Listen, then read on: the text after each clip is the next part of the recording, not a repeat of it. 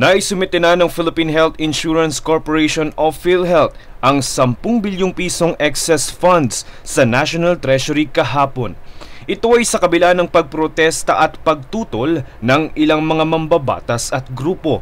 Matatandaang nanawagan si Senator Risa Hontiveros na ipatigil ang paglilipat ng pondong ito at ituring ng Korte Suprema na ito ay illegal at unconstitutional. Paggigiit naman ng mga grupo ng healthcare workers sa ilalim ng Universal Healthcare Act, ang mga excess o reserve funds ay dapat gamitin para mapalawak ang benepisyo ng mga miyembro ng PhilHealth. Depensa naman ng Department of Budget and Management, sinusunod lamang nila ang nakasaad sa mga kasalukuyang batas.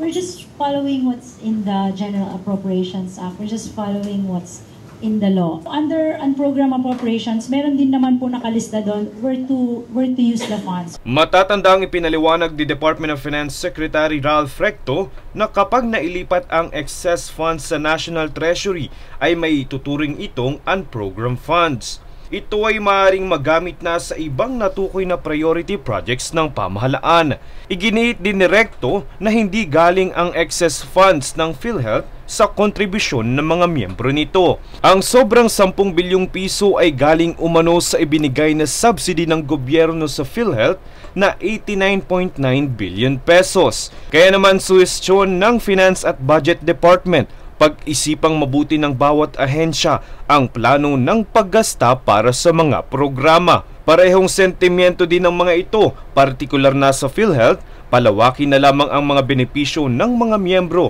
upang lubos na masulit ang budget. Ito umano ay para mabawasan na rin ang out-of-the-pocket expenses ng mga miyembro ng PhilHealth. Francis Riudique, nag-uulat para sa One Media Network.